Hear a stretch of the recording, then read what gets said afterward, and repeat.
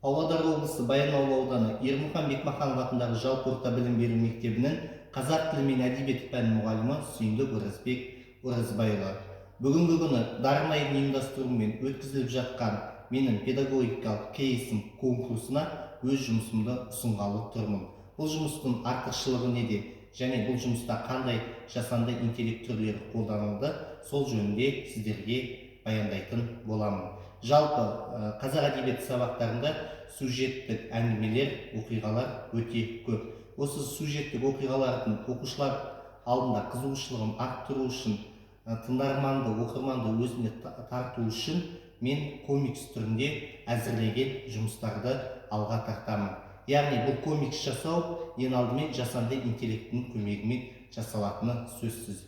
Ең алдымен Gemini жасанды интеллект арқылы кадрларды әзірлеп аламыз, оқиғаға байланысты, оқиғаның негізінде. Сонымен қатар копилот жасанды интеллект құралымен біз комикстарды әзірлейміз.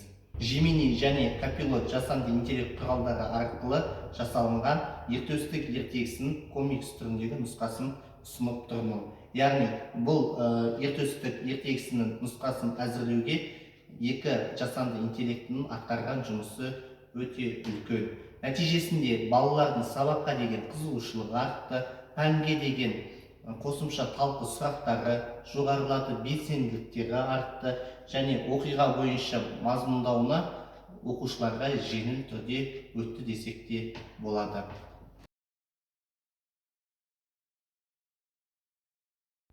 Сонымен қатар комиксті тек қана постер түрінде ғана емес, дәл осындай буклет түрінде де әзірлеуге болады. Бұл жердегі болған оқиғаның сюжеті айқын, анық көрсетіледі.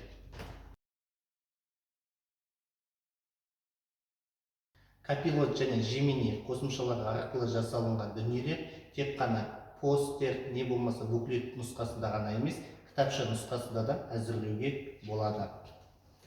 Кітапша түрінде әзірлеп, оқушылардың сабаққа деген қызығушылығын арттыруға болады. Комикс түрінде әзірленген жұмыстарын бүгінгі күні сабақ барысында қолданып, және де сабағымдағы жаңа бір ерекшелігін көрсетіп жүрген жұмысым болып табылады. Бұл менің педагогикалық кейсім, сіздермен болған мен Оразбек Оразбайұлы.